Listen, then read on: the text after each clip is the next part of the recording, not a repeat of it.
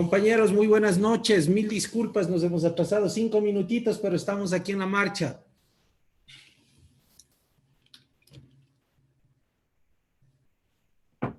Buenas noches, doctor.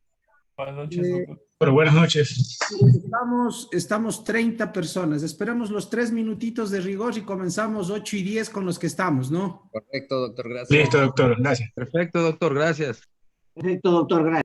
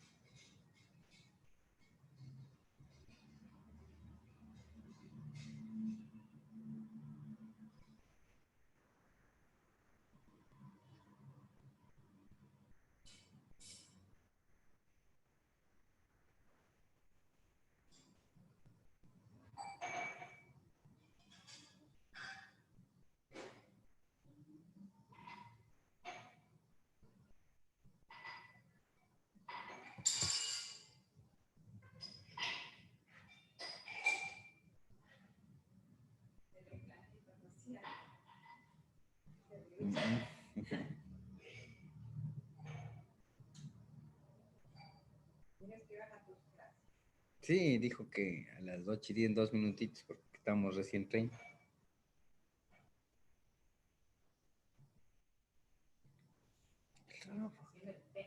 El Rafa, todo a la mano, ¿no? Todo a la mano. Le dio de comer al Dani, me trajo a mí mi desayuno que me han guardado. Y el plato que lavo, ¿no? Sí, le dimos arroz. Y ya la miedo, bien que haya acabado todo. Ay.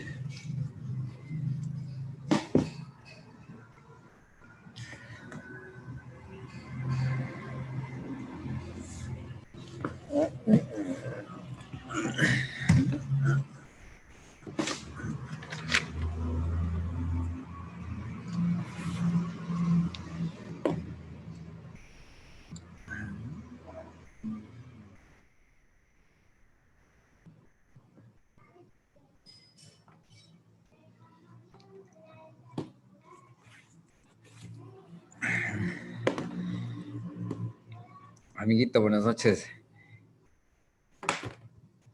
Muy bien, compañeros. 8 y 10, como comúnmente sabemos hacerlo. Comenzamos con los compañeros que estén conectados, ¿no?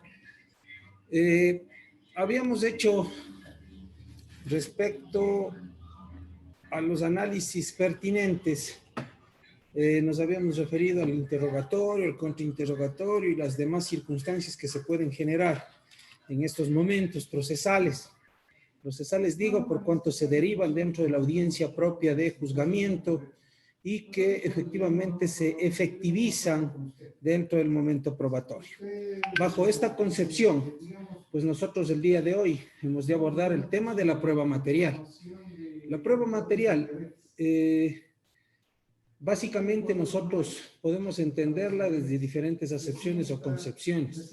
Sin embargo, para ir al análisis propio de lo que es aquello, deberíamos nosotros partir diciendo que la mayoría de delitos modifican el mundo exterior, producen resultados indiscutiblemente para que puedan ser, en este caso, sancionados, ya que aquello que pensamos únicamente no lo son, dejan huellas, dejan señales. También los delitos pueden ser perpetrados mediante la utilización de armas, objetos, instrumentos, como por ejemplo la existencia de un cadáver, cuya muerte violenta fue producida mediante la utilización de un cuchillo. El arma constituye básicamente una prueba material de la infracción. Es importante nosotros siempre hacer una relación de lo que era el Código de Procedimiento Penal y el código actual en cuanto a estas consideraciones a efectos de ver cuál ha sido esta variación.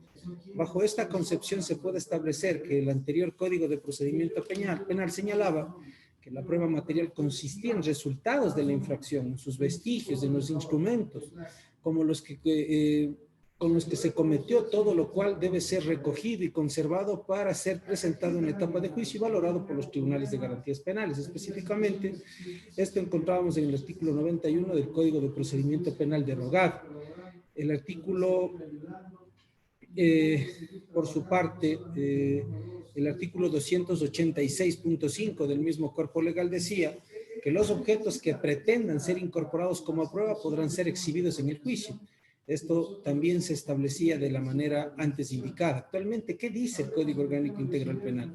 Básicamente ratifica la vigencia del principio de libertad probatoria que ya contemplaba el derogado Código de Procedimiento Penal. Es así que el artículo 454.4 señala que todos los hechos o circunstancias del caso que puedan probar o que se pueda probar por cualquier medio que no sea contrario a la Constitución serán válidos. Adicionalmente, el artículo 616 señala que los objetos que pretendan ser incorporados como prueba pueden ser exhibidos y examinados por los sujetos procesales en el juicio.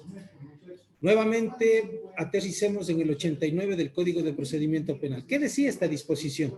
Que en materia penal las pruebas son materiales, testimoniales y documentales. En el Código Orgánico Integral Penal, en cambio, en el 498 se dice que los medios de prueba son el documento, el testimonio y la pericia. Los objetos, documentos, armas, instrumentos y demás evidencias materiales relacionadas con el cometimiento de la infracción o sus resultados constituyen elementos de prueba. Los elementos de prueba requieren ser incorporados al juicio a través de un medio de prueba. El medio de prueba señala el procedimiento para la incorporación legal del elemento de prueba en juicio. Los elementos de prueba que hayan sido recogidos en la escena del crimen deben ser incorporados a través de medios de prueba pericial, conforme establece el 460.5 del Código Orgánico Integral Penal. ¿Qué dice específicamente esta norma? La fijación y recolección de las evidencias, huellas, vestigios encontrados en el lugar ingresarán a cadena de custodia para la investigación a cargo del lado del fiscal, quien dispondrá las diligencias pertinentes, es decir, la evidencia material tomada de la escena del crimen debería ser ingresada al juicio a través del medio de prueba pericial. Sin embargo, aquellos elementos aportados por los sujetos procesales podrían ser directamente exhibidos en la audiencia de juicio, tal como lo determina el 616 del Código Orgánico Integral Penal. No obstante, la demostración de la autenticidad de los elementos probatorios y evidencia física no sometida a cadena de custodia estará a cargo de la parte que los presente, conforme establece el 457 del Código Orgánico Integral Penal. En todo caso, las técnicas de litigación oral ilustran que los objetos, armas, instrumentos, huellas del delito deben ser introducidos a juicio mediante el testimonio de un testigo idóneo. Por ejemplo, el arma recogida en la escena del crimen será introducida a juicio utilizando el testimonio del policía que observó el arma y del perito que reconoció la misma. Es decir, es un elemento concomitante obligatorio para que esta prueba material tenga una validez específica. Muchas ocasiones nos centramos básicamente en la situación de que únicamente el perito trate de determinar aquello cuando no lo reconoce la persona que lo percibió primero en el lugar. Pasando por esta prueba material, nos referiremos también a la prueba documental. Tanto el derogado Código de Procedimiento Penal como el COIP señalan que los documentos que pretendan ser incorporados al juicio como prueba documental deben ser leídos en su parte relevante, previa acreditación, y debe darse cuenta de su origen. Es decir, son tres circunstancias, pero lastimosamente, dentro del decurso de las audiencias de juzgamiento, lo único que se hace es que se leen la parte pertinente, pero no se acreditan los mismos y peor aún se determina la fuente de origen. Son elementos fundamentales a tomarse en cuenta, ya que de acuerdo a esto se determinaría la validez, veracidad o elemento de conducencia en base al documento como tal. Sin embargo, como muchos de los profesionales que están formando parte de este diplomado se ha dicho, es un juramento a la bandera en la mayor parte. La prueba documental está constituida por documentos públicos y privados. Eso es de total conocimiento. Por ejemplo, una carta privada, una publicación de prensa escrita, una partida de matrimonio, de función, una escritura pública, un pasaporte, una cédula de ciudadanía. Documentos que constituyen prueba documental en sus diferentes categorías, públicas y privadas. Tanto el Código de Procedimiento Penal como el Código Penal señalan que los partes informativos, noticias del delito, versiones de los testigos, informes y cualquier otra declaración previa se podrán utilizar en juicio con la única finalidad de recordar y destacar contradicciones, siempre bajo la prevención de que no sustituyen al testimonio y mucho menos podrán constituirse como prueba documental. Es decir, que los documentos públicos generados por el proceso penal no constituyen prueba documental, únicamente sirven para refrescar la memoria o sacar a relucir contradicciones. Se había ya discutido este particular en la clase anterior.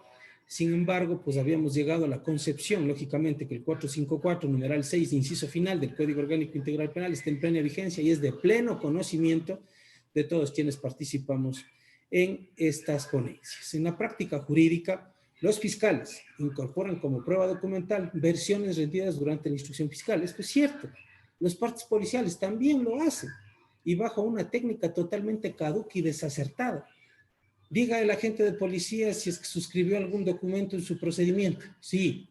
¿Reconoce este documento? Sí. La firma estampada al pie de este documento es la suya. Sí. Incorpórese, por favor, señores jueces, como prueba. Eso lo hacen. Y lo peor es que el tribunal, si es que usted no objeta y dice, a ver, objeción, ese parte policial de por sí no constituye prueba, en virtud de aquello debe ser desechado. Argumento 457 del Código Orgánico Integral Penal, imposibilidad de valorar por prueba ilegal. Dice, como no objetó, entonces ya se incorporó y puede ser valorada. Dice el tribunal, es decir, los mismos tribunales de justicia validan prueba ilegal. O sea, es un tema totalmente desconcertante, ¿no? Sin embargo, en la práctica, como se ha indicado, esto suscita, ¿no? Por ejemplo, en el juicio de asesinato, voy a poner un ejemplo. En el juicio de asesinato, específicamente la Fiscalía agrega como prueba documental las siguientes declaraciones: informe de inspección ocular técnica, informe de evidencias físicas, informe de audio y video, informe de reconocimiento del lugar de los hechos, informe de autopsia médico-legal. En definitiva, las acreditaciones de los documentos requieren la declaración de un testigo idóneo que declare respecto a la existencia del documento. Esto es cierto, pero sin embargo, tampoco es el medio más idóneo para poder validar algo que la misma ley lo prohíbe. Por ejemplo, si requerimos introducir a juicio información relacionada a la autopsia que estableció la causa de muerte del occiso, será correcto presentar el testimonio del perito médico legal, pues, que practicó la autopsia. Resultaría ilógico que sobre aquello presentemos un informe y este informe sea validado sin tomar en cuenta en sí lo que el perito ha podido sustentar dentro de su ponencia correspondiente.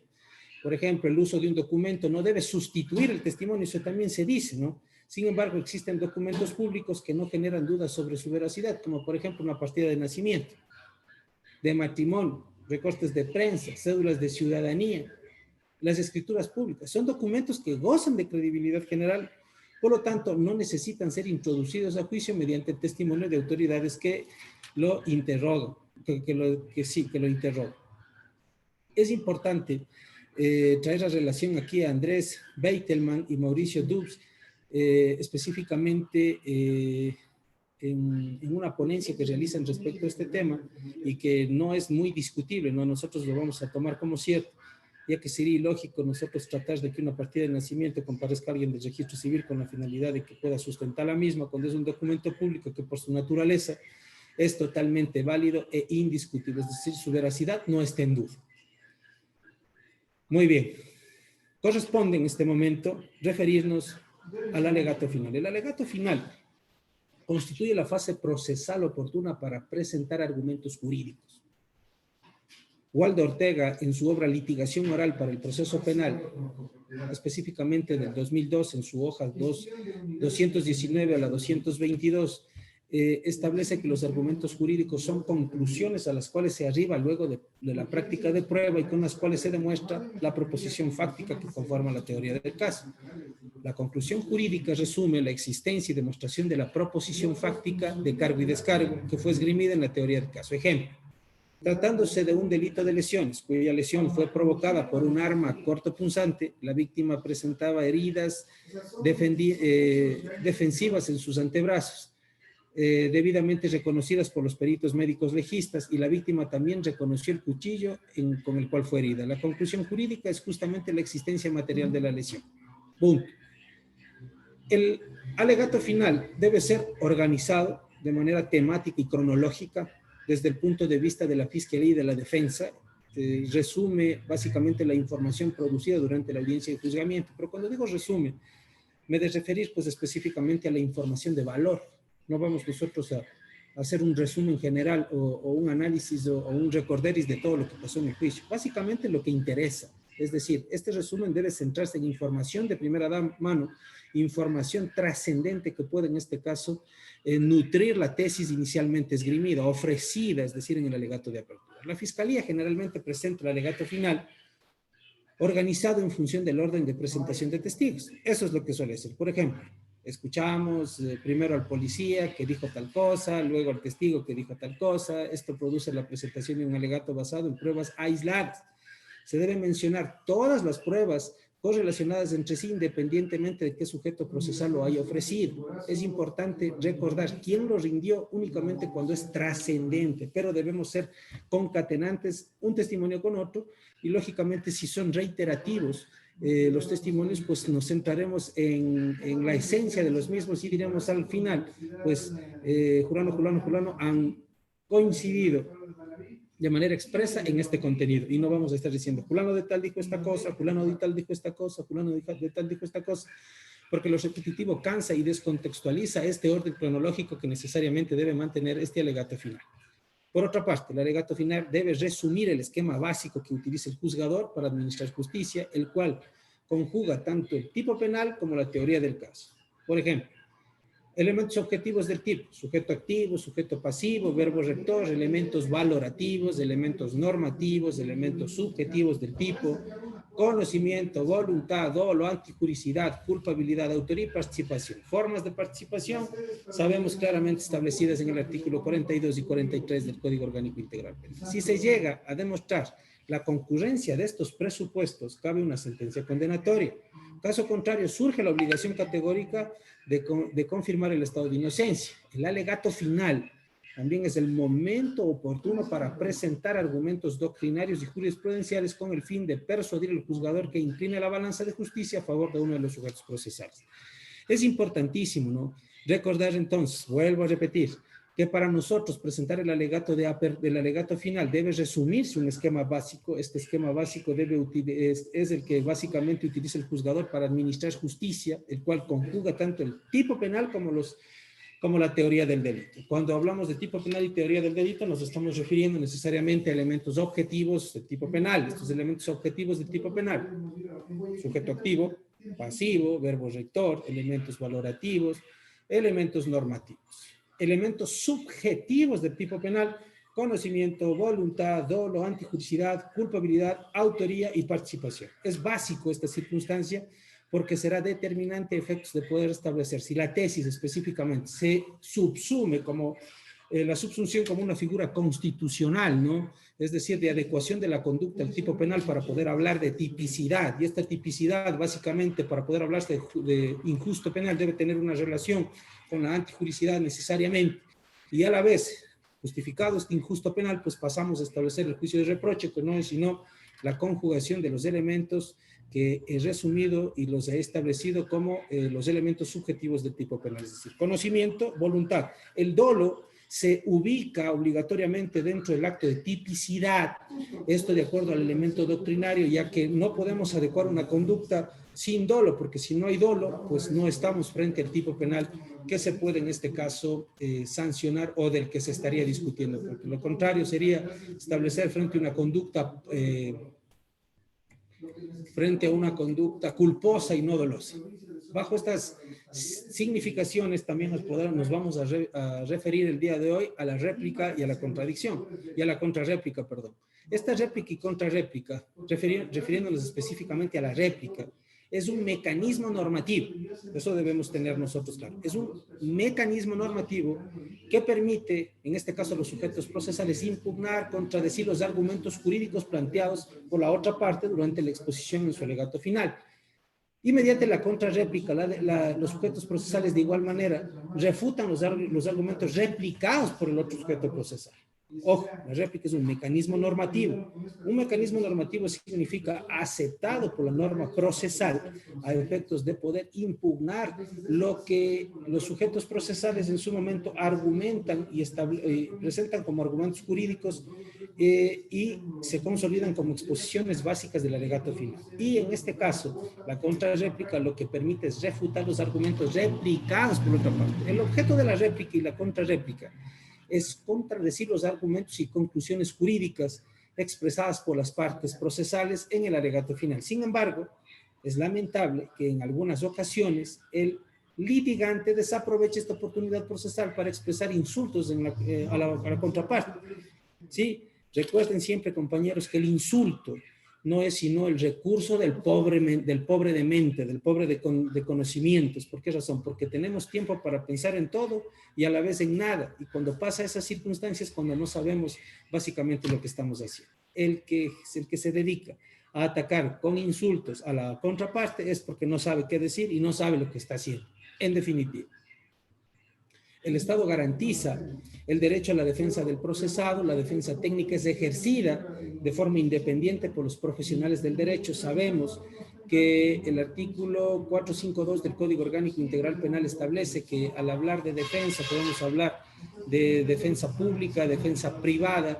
Básicamente es importante establecer que cuando la persona ha decidido desarraigarse de esa defensa pública y pasar a contar con una defensa privada, por obvias circunstancias, esta defensa privada no comparece a la diligencia. La Corte Interamericana ha manifestado en varias resoluciones que el mero hecho de establecer por parte del juez una defensa pública que sustituya a la de confianza, esto no se establece como una protección eficaz al derecho a la defensa, ya que se violentaría esa característica de defensa eficaz. ¿Por qué razón? Porque la persona o el defensor público no estuvo en conocimiento del proceso durante toda la tramitación de la causa, muchas veces ni visita al procesado para poder defender y peor aún va a tener un conocimiento expedito para que de una manera eficaz pueda ejercer válidamente la defensa de esa persona y se han declarado nulidades en función de aquello.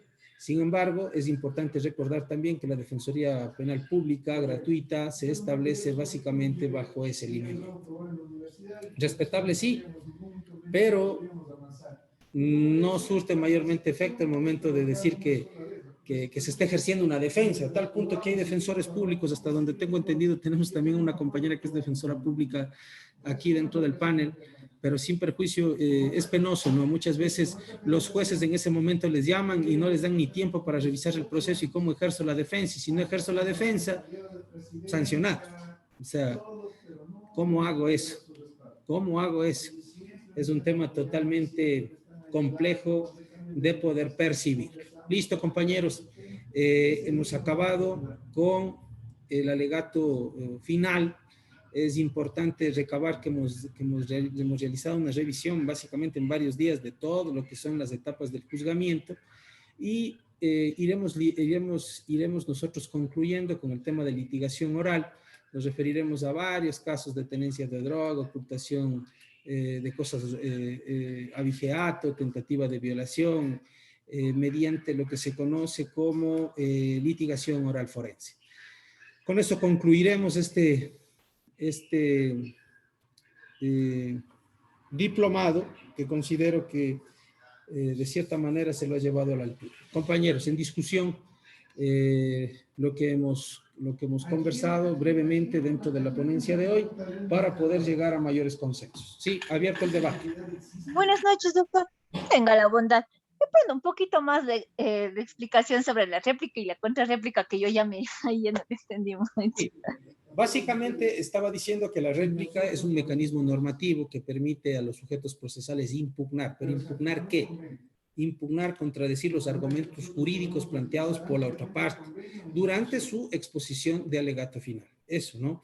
Un mecanismo normativo, vuelvo y repito, que sirve para impugnar o contradecir esos argumentos jurídicos planteados como ciertos y como elementos determinantes para justificar básicamente lo que ofrecimos dentro de los alegatos iniciales.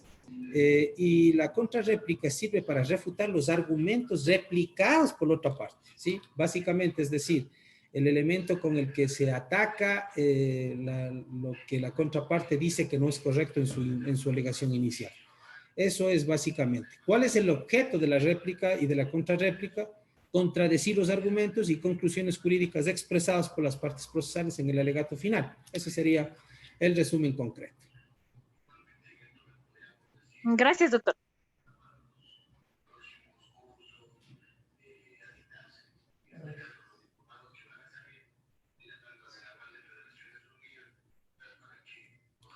Vamos, compañeros, ¿alguna situación? Parece que ha quedado absolutamente claro. Eso es un gusto.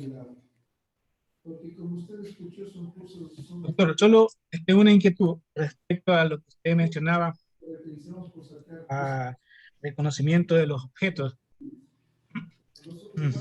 En la primera parte, bueno, usted decía que el reconocimiento, bueno, se lo hace, la exhibición de los objetos como evidencia, como vestigios, se los tiene que presentar en el juicio. Pero había una cuestión fundamental en cuanto al reconocimiento que tiene que hacerlo también la primera persona que recogió la evidencia, que tuvo acceso, que la ingresó como a la cadena de custodia.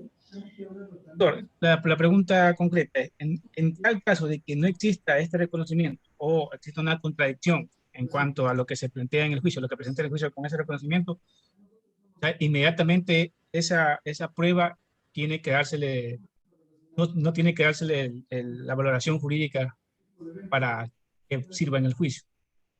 Sí, básicamente, doctor, yo había hecho referencia a un artículo 460.5 del Código Orgánico Integral Penal. A esa referencia, ¿no? Que la fijación y recolección de las evidencias, huellas, vestigios encontrados en el lugar ingresarán a cadena de custodia para la investigación a cargo del fiscal, quien dispondrá las diligencias pertinentes. Es importante siempre recordar que tenemos nosotros un manual vigente de cadena de custodia. En ese manual vigente de cadena de custodia se hace referencia a un elemento fundamental que es la diligencia de inspección ocular técnica. La diligencia de inspección ocular técnica no se está regulando dentro de las técnicas de investigación contempladas en el Código Orgánico Integral Penal, pero sí dentro de este manual. Básicamente, en el manual se determina cuál es este procedimiento para observar estrictamente el artículo 460.5 del Código Orgánico Integral Penal, y se establece de la siguiente manera. Efectivamente, nosotros tenemos en las calles a los agentes de primera llegada, es decir, a los agentes comunitarios. Estos agentes comunitarios son los que perciben en sí el cometimiento no de un delito, o perciben estar o no frente a un hecho delictivo. Si es que se determina, por ejemplo, estar frente a un hecho delictivo, lo prudente y lo recomendable para que se pueda decir que efectivamente esta cadena de custodia se ha mantenido es dar parte inmediatamente a la autoridad, que es la fiscalía. No es ni el ECU 911, no es ni los agentes especializados, no es nada, es la fiscalía. Si la fiscalía no tiene conocimiento, ¿quién dispone la intervención, en este caso de los equipos especializados para que generen las técnicas especiales de investigación, sino únicamente el fiscal como titular de la acción penal? En virtud de aquello, estos agentes de primera llegada ponen en conocimiento del particular del fiscal. El fiscal a su vez designará por escrito, por escrito, designará al equipo técnico que realizará en este caso la inspección ocular técnica. Estos deben ser designados, no posesionados, porque la posesión ya se derogó de la resolución 040-2014 del Consejo de la Judicatura reformada, ¿no? A mayo, si no estoy mal, o junio del 2019, pero que está vigente aún, que hace referencia pues al proceder de los peritos dentro de los procesos judiciales. Se dice claramente que estos deben ser designados, es decir, debe existir el impulso fiscal de designación y notificación por cualquier medio al agente de policía. El agente de policía tiene que tener de resguardo la designación. Con esta designación, sea por el medio más factible, él puede acercarse a la escena de los hechos para que esta escena se le entregue a él, ¿sí? Pero desde ahí parte la cadena de custodia. Se le entrega a él. Lógicamente, él va a realizar la verificación ocular técnica, es decir, observar y percibir todo lo que hay respecto a lo que pueda derivar del delito. Procede a fijar los indicios, los vestigios. Fijados los indicios y vestigios, comienza a enfundarlos, posteriormente a embalarlos, etiquetarlos y rotularlos, para posteriormente debe ser el mismo agente que realiza la inspección ocular técnica quien realice el levantamiento de esta evidencia y posterior traslado hacia las bodegas de criminalística para que se ingresen, ¿no? No se puede ingresar la cadena, no se puede ingresar como cadena de custodia aquellos vestigios, huellas, indicios que no estén debidamente sellados y rotulados, porque esta situación constituye ya una alteración a la evidencia y automáticamente el mismo manual de cadenas de custodia dice que el bodeguero debe poner en conocimiento de las altas autoridades de la Policía Nacional para que a su vez se dé paso al inicio de la acción penal que corresponde. Eso es cuidar cadena de custodia. ¿Sí? Cualquier omisión a ese procedimiento, pues lógicamente hará que se active el 457 del Código Orgánico Integral Penal, que básicamente hace que sea inválida la prueba por no existir un cuidado estricto a la cadena de custodia. Eso es mi doctor. Gracias, doctor. Doctor, buenas noches. Sí, doctor, un gusto. Dígame. Por hacer una consulta, doctor. Generalmente, no sé si en diferentes ciudades del país adopten ese tipo de procedimientos como usted manifiesta, pero yo veo, digamos, por la provincia de Los Ríos, en la mayor parte, lo que se ha observado es los policías de investigación que actúan en delitos flagrantes, ellos mismos son los encargados de de levantar las evidencias de todo lo que encuentren en la escena del delito y trasladarlo. Si hay detenidos, lo cogen mediante su uniforme o parte policial, lo ponen a órdenes de fiscalía y ellos mismos son los encargados de llevar a la audiencia lo que hayan recogido de tipo de evidencia, los objetos que hayan levantado. Los mismos agentes investigadores, o sea, estaríamos hablando de una mala de la cadena de custodia. Pero por demás manifiesto, mi distinguido doctor, hay que recordar algo, ¿no? Los agentes de primera llegada, es decir, los agentes de tránsito, los agentes que están realizando algún operativo, si no son de grupos especiales, como por ejemplo antinarcóticos, GEMA o demás circunstancias, no tienen la capacidad de fijar y levantar los indicios, ¿no? Porque si es que usted lo hace de una manera antitécnica, automáticamente se alteran, se modifican en su naturaleza y pierden su valor. Es decir, la escena pierde la característica de escena virgen y automáticamente cuando van a realizar el reconocimiento del lugar de los hechos ya dicen pues escena modificada. ¿Por qué? Porque se movió una sola pieza de lo que constaba ahí sin la autorización debida de quien tenía la facultad para periciarlas. Ya, doctor, muy gentil, gracias, doctor. Doctor, perdón, otra pregunta. Disculpe. Por favor, ¿aló? Sí, doctor. Es que tenemos problema en el audio. Doctor, una pregunta concatenada con respecto a lo que está manifestando. Por ejemplo, realizan el levantamiento de los...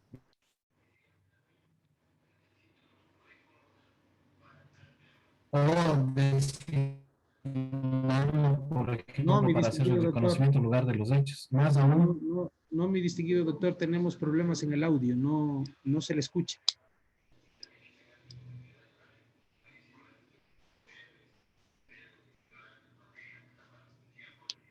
Perdón, doctor, una preguntita. Perdón la ignorancia de mi parte. Ya, no le acabé de escuchar bien cuando usted manifestaba en el alegato final, manifestaba que es el momento de presentar algunos elementos y eso no le escuché bien. Ya. En el alegato final, ¿qué había manifestado sobre el alegato final? Que constituye la fase procesal oportuna para presentar argumentos jurídicos. Esto lo dice Waldo Ortega en su libro Litigación Oral para el Proceso Penal, ¿no? Básicamente este libro fue escrito en el 2012, las hojas de referencia son de las 219 a los 222. Los argumentos jurídicos son conclusiones a las cuales se arriba luego de la práctica de la prueba. Ojo, no puedo argumentar sin haber probado algo. Y con estos mismos elementos que se han probado, se demuestran las proposiciones fácticas que conformaron la teoría del caso. La conclusión jurídica resume la existencia y demostración de la proposición fáctica de cargo-descargo que fue esgrimida en la teoría del caso. Ejemplo, en tratándose de un delito de lesiones, había puesto el ejemplo, la lesión fue provocada con un arma cortopunzante. La víctima presenta heridas defensivas en los antebrazos, debidamente reconocidas estas por un perito médico legal. La víctima también reconoce el cuchillo con el cual fue herido. La conclusión jurídica es justamente la existencia de esa lesión material, ¿no? Más o menos para poder ubicarnos en el tiempo y en el espacio. Ya, mi doctor, muy amable, gracias. Disculpas, doctor, se me fue el audio. Sí, doctor, diga. Le estaba diciendo que concatenadamente, después de que toman los vestigios, y ya como había manifestado el compañero anterior, que no tienen ni siquiera y están nombrados, van llenando, pero el problema que más reside, y bueno, al menos aquí en donde yo litigo, es que después de 2 o 3 meses en un accidente de tránsito recién van a ver huellas o vestigios, o en este caso ponen el reconocimiento del lugar de los hechos, o a su vez la reconstrucción de los hechos. Mi pregunta sería, a ver, ¿cómo podría rebatirle inclusive al señor fiscal luego de haber puesto ya algunos escritos con respecto a por qué la tardanza de realizar el reconocimiento del lugar de los hechos y la reconstrucción? Si no dan paso a realizar eso y eso causa nulidades, pero en cambio hay muchos jueces que simplemente por haber presentado, o el primero de acogida, como manifestó usted, es presentar ese informe, ellos ya consideran como que es concluyente para que continúen los demás peritos y decir, bueno, con esto corroboramos exactamente lo que ha sucedido, por ejemplo, en un accidente de tránsito. Digamos que en el accidente de tránsito el señor cogió y pegó una frenada para poder impedir darle el impacto o poder impactarse con la otra persona. ¿Ya? Eso es mi...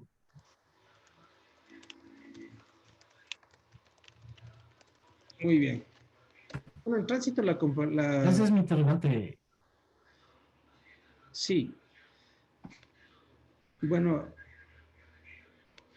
aquí nos tendríamos que referir necesariamente al particular, ¿no? Bueno, la reconstrucción del lugar de los hechos en un accidente de tránsito constituye una herramienta técnica para la valoración de las pericias existentes en el proceso penal. Eso es totalmente claro. El cotejamiento de los daños materiales, la evaluación de grados de veracidad de las versiones rendidas en el expediente, las cuales pueden ser o tienen que ser específicamente concretas.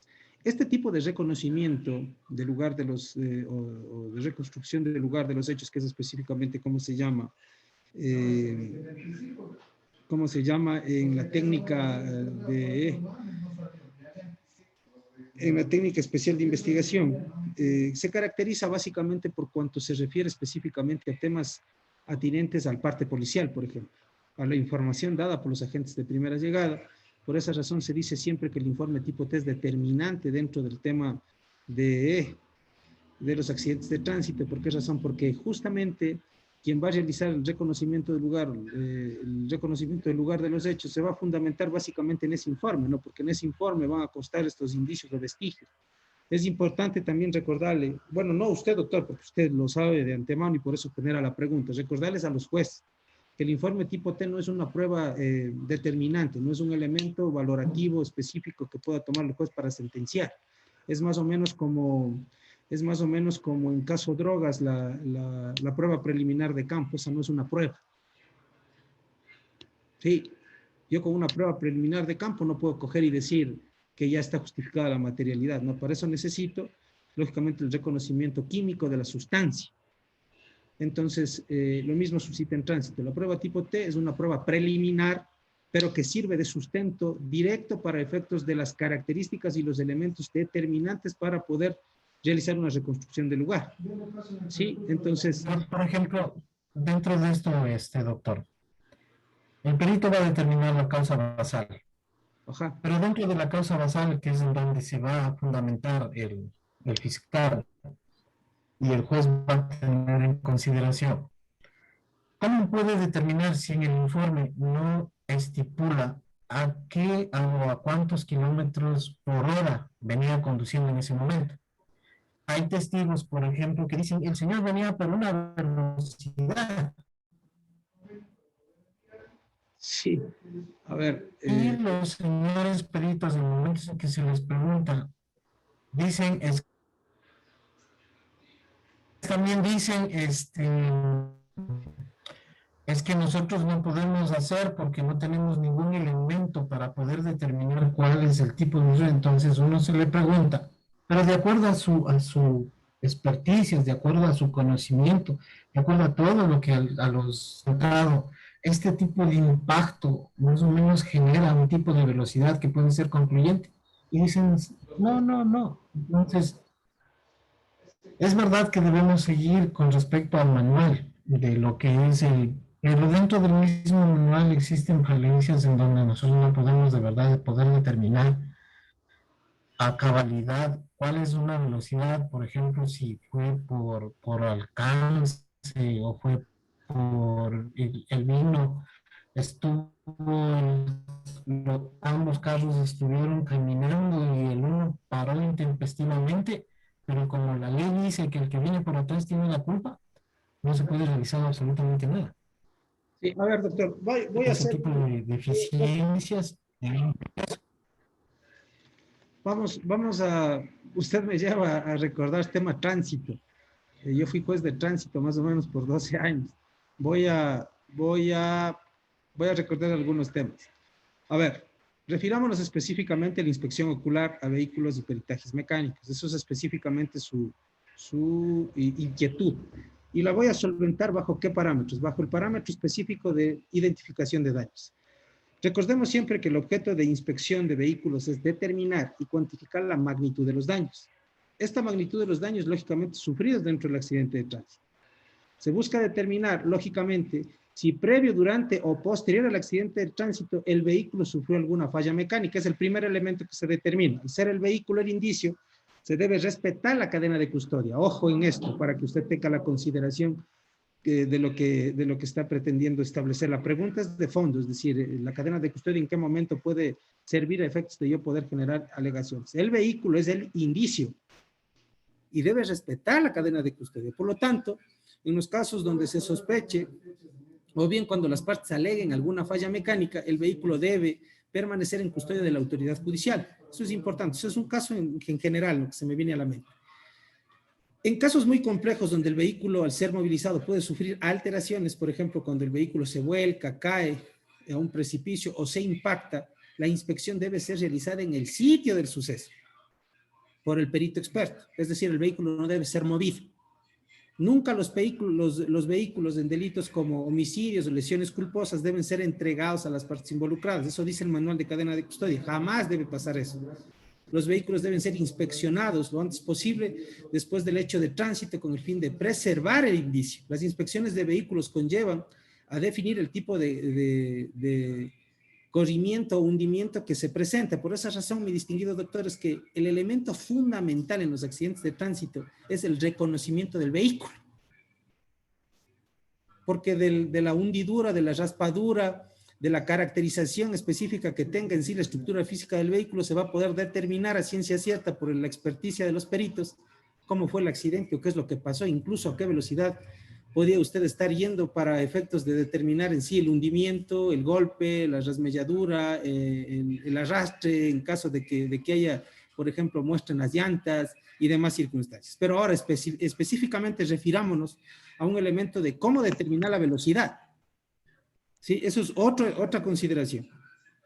Específicamente en toda carretera se debe asignar un límite de seguridad. Eso nosotros sabemos, ¿no? ¿Cuál es el límite de seguridad dentro de las carreteras? De acuerdo a las características. Acento agudo. Cuidemos, por favor, en los micrófonos. Por favor. Toda carretera debe tener un límite de seguridad de acuerdo a las características del diseño geométrico y de los materiales. La autoridad central específicamente es quien determina aquello. Por tanto, es responsabilidad del científico forense seleccionar o desarrollar los métodos y procedimientos válidos y comprobables. Por esa razón, doctor, es que actualmente tenemos varios controles de velocidad en varios puntos específicos de las vías. Incluso dentro de la zona urbana, la posibilidad de los fotorradares es por ese motivo. ¿Por qué razón? Porque técnicamente se determina que es difícil tener un control de la velocidad específicamente o poder determinar a qué velocidad iba el vehículo. Pero sí es posible hacerlo mediante todas estas técnicas. Con ilustración se puede citar dos de estos métodos específicos, ¿sí? Y que de hecho los entendidos entienden básicamente que son determinantes para aquello. Es decir, evidencia la experiencia y la experticia psíquica o física o de conocimiento específicamente del perito. Es decir, se debe utilizar metodología de control de velocidad. La metodología de control de velocidad básicamente es en base a la estructura del vehículo, la más determinante, doctor, porque no es lo mismo ir de 0 a 50 kilómetros y realizar una hundidura o una ruptura específicamente del frontal del vehículo con un choque, a pasar de los 50 kilómetros específicamente, usted va a tener no solo el trizamiento ni la ruptura de la estructura física frontal, sino que también va a tener ya lesión o fractura específica del radiador. Y el radiador básicamente se establece como una pieza fuerte dentro del elemento frontal del vehículo, comprobado científicamente que si es que esto es el trizo, usted está superando los 50 kilómetros con tranquilidad. Y esa situación ya hace determinante el hecho de que usted se presuma el hecho de que estaba yendo exceso de velocidad en zona urbana, mucho más en zona libre, ¿no? Que es hasta 90. Entonces, estas caracterizaciones que le pongo en conocimiento brevemente son en sí conocimientos que debemos tener para poder refutar, en este caso, el poco criterio que tienen los peritos de tránsito, porque los peritos de tránsito muchas de las veces ni incluso al exceso de velocidad le ponen como causa concurrente siquiera, peor aún, como causa basal. Y nosotros sabemos que las causas concurrentes son todos los elementos que han concurrido dentro del accidente y que, valorados entre sí, hay uno que es el primordial, es decir, uno que se superpone al resto y esa es la causa basal. Pero ese elemento, ¿cómo se llega? ¿En base a qué técnicas determinó el perito? Eso es lo que nosotros debemos refutar básicamente. Es que ahí está la cuestión, doctor, que lastimosamente uno se les hace todo ese tipo de preguntas para que puedan determinar y aquí no dan, sino simplemente nosotros nos hemos repelido y como nos hemos ido a los 2 meses o 3 meses, a veces se ha perdido todo tipo sí, pero el juez concuerda plenamente con los informes, a pesar de uno estar reputando. Ahora, dentro de que lo que usted mismo manifestó, si hay, por ejemplo, un daño mecánico, los señores no son especialistas o no son peritos mecánicos para poder determinar cuál es el daño que pudo haber o no pudo haber tenido. Si la parte del accidente manifiesta que, por ejemplo, en ese momento justo se le fueron los frenos.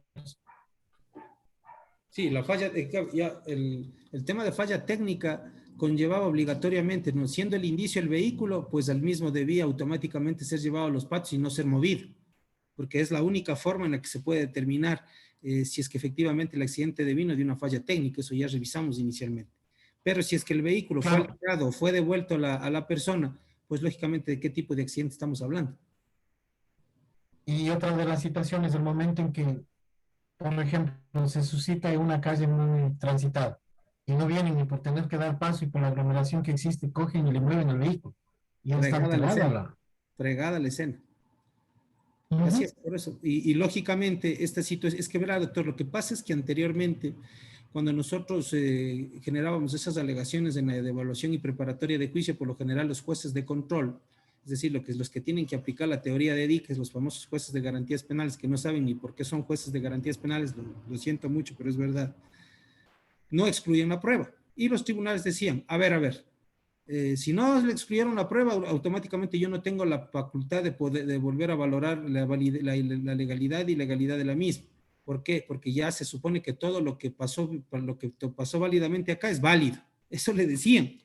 Pero en cambio ahora el 457 del Código Orgánico Integral Penal ya les impide, es decir, el 457 es tan importante que se convierte esta teoría de diques en un doble control. Es decir, no únicamente el juez de evaluación y preparatoria de juicio tiene la facultad de excluir la prueba, sino que también, en este caso, el otro juez de garantías penales que va a ser las veces de tribunal, ¿no? Porque así dicen las resoluciones del Consejo de la Judicatura, pues lógicamente será quien también tiene a su haber el control de la validez probatoria. Es decir, usted tiene una segunda instancia dentro, valga la redundancia, dentro de una misma instancia para discutir el tema de validez probatoria, pero con la oportunidad de poder demostrar aquello. Y para ahí la importancia de las técnicas de litigación, mi distinguido doctor.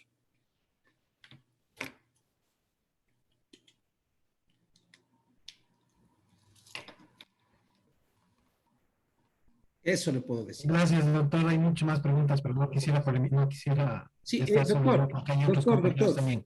Doctor, hay un tema importante, no sé si tal vez, bueno, yo le voy a invitar que en las redes sociales, específicamente en doctor Agustín Quito, en Facebook, existe una ponencia respecto a la causa basal en accidentes de tránsito, ¿sí? Parece que esa ponencia es específicamente, no es más de unos 40 minutos, pero ahí hablo específicamente de todos los elementos por los que el juez no debe tomar en cuenta el 100% el criterio de los peritos.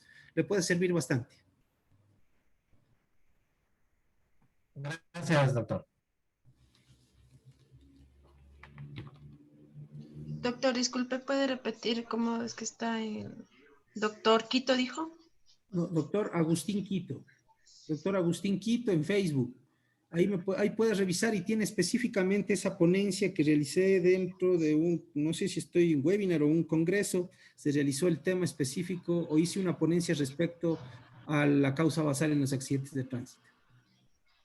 Se habla más o menos una hora de ese tema específico, pero se profundiza el asunto y es bastante importante para temas de tránsito. Gracias, doctor. Doctor, buenas noches. Doctor, un gusto. Lamentablemente no tengo la cámara, no me permite acceder con la cámara pero yo tengo una inquietud que no la hemos topado o no la he escuchado, es sobre el famoso comiso penal en los delitos, por ejemplo, del tráfico de combustible, tráfico, transporte, comercialización del combustible o el derivado de petróleo, del gas licuado de petróleo. ¿Ya? Es importante y fundamental. ¿Por qué? Porque se está frente a un derecho fundamental que es el derecho a la propiedad privada, garantizado en la Constitución de la República del Ecuador. Pero ocurre que no existe tal sopesaje de estos derechos porque generalmente los jueces de garantías penales lo que hacen es, a ver, usted manejaba el medio de transporte en el que se llevaba el combustible, sí, perfecto, comiso del vehículo. Y si el vehículo pertenece a una persona jurídica, se debería entender que esa persona jurídica debió haber sido procesada para que acuda a ejercer su legítimo derecho a la defensa. Sin embargo, en la mayoría de los casos en los que yo he tenido que intervenir, no se ha hecho la notificación a la persona jurídica. Cuanto más si esa persona jurídica es de un país que no es Ecuador, es Perú, es Colombia, es Chile. Y eso ocurre generalmente con los vehículos de transporte de carga internacional, que tienen que atravesar por nuestro país, lógicamente, y regresar por el mismo para salir a su país de origen. ¿Qué opinión le merece a usted, mi estimado doctor, abusando de su criterio, de su paciencia y de su conocimiento, esta famosa figura del comiso respecto al bien que no es de propiedad del sentenciado, en definitiva? Perfecto, mi doctor. Voy a ser muy conciso en la respuesta, más que cuál sea mi criterio. Revisemos qué dice la Corte Constitucional respecto a este tema. Y le voy a, por favor, si tiene la bondad de copiar esta sentencia. Claro. Es el caso número 0124-14-EP. ¿Por qué le digo o por qué le doy esta sentencia? Porque en esta sentencia la Corte Constitucional determinó en un caso específico que es similar, no decimos que es igual, pero es similar, Un caso de transporte de sustancias sujetas a fiscalización, transporte de sustancias sujetas a fiscalización, donde el vehículo es un medio utilizado para el efecto. Ojo, y podría caber el comiso penal. Sin embargo, determina básicamente que si el vehículo no es de propiedad de la persona que comete el delito, no procede el comiso, ni la retención si quiere, tiene que devolverse previo el trámite correspondiente. Ahí está la respuesta, doctor. Sí, mi doctor, he tenido el gusto de buscar esa sentencia de la Corte Constitucional y se argumentó eso en una audiencia en la Corte Nacional, pero la Corte Nacional dijo que más allá de que el vehículo sea o no sea de propiedad del sentenciado, el vehículo sirvió como medio y como elemento para transportar el combustible. Uy, ahí sí, acción constitucional, mi doctor. Directo. Chut. Pero sí, sin más, acción extraordinaria. Ay, doctor. Para la devolución del vehículo. Uy, ahí sí. Tiene usted precedente, un lineamiento concatenante. Recordemos que la Corte Constitucional ya ha referido en cuanto a la unidad de criterio de en cuerpos pluripersonales. No es lo que diga un juez ni dos, sino lo que diga el tribunal. Y en este caso, las sentencias de la Corte Constitucional no es qué juez esté o qué jueces estén, sino que el Tribunal Máximo de Interpretación Constitucional haya referido. Y ellos ya se han pronunciado en tal virtud para cualquiera que esté en la Corte Constitucional, esta sentencia es vinculante. Entonces siempre le van a devolver el vehículo. Pero menos para lo de la Corte Nacional. ¿En qué sentido? Es que niegan. Sí, sí, pero es que eso, si la sentencia es vulneratoria de derechos, porque en este caso es vulneratoria de derechos, porque ya se ha dicho por parte de la Corte Constitucional en particular, lo único que tiene usted que poner es una acción extraordinaria, y esa acción extraordinaria respecto al tema del vehículo, ¿no? Respecto al tema del vehículo, y lógicamente el vehículo le van a devolver. Le van a devolver porque le devuelven, o sea, no hay más. Sí, se planteó en la sala, se presentó el documento de la Corte Constitucional que usted ha tenido la gentileza hoy de volverlo a ratificar, y mantienen el mismo criterio. Lamentablemente mantienen el mismo criterio y dicen, no, ese es el medio que el sentenciado utilizó para transportar el combustible. Pero si no es de él, el bien es de un tercero, de una persona. Y lo más curioso, doctor, ¿sabe qué es? Que la persona jurídica propietaria del bien jamás la notificaron. Así, por eso le digo, la persona jurídica perdió el camión, perdió el viaje, y listo, el vehículo lo tiene Petroecuador porque Petroecuador reclamó, brincó, gritó que tenían que haber comisado el vehículo, y así me hubiera gustado que grite, patalee y haga escándalo con todos los millones que se han llevado, pues. ¿Me parece? Claro. Si es que usted gusta, puedo darle un bosquejo de acción extraordinaria en ese sentido. Bueno, de hecho lo he realizado, ¿no? Lo he realizado. Le agradezco mucho, mi doctor. Le agradezco. No se preocupe, a las órdenes. Gracias. Listo, mis doctores, creo que estamos, ¿no? Estamos cumpliendo. Estas preguntas que me realizan a veces rompen esquemas, me hacen obligativa, me están haciendo tener miedo, doctores, de abrir al debate, porque como estoy con personas con alto conocimiento, entonces hacen que me vaya, pero a cosas totalmente ajenas a lo que estamos discutiendo, y esto le va a costar más a la empresa, ya le voy a decir al dueño. Listo, mis doctores. Entonces, es un gusto y estamos mañana conectándonos, ¿no? Una buena noche. De tal manera. Que pasen muy buena noche, compañeros y doctor. Gracias, doctor. Hasta mañana, compañeros. Hasta mañana. Mañana. Gracias. Hasta mañana. Una buena noche. ¿Ya acabaste tu clase?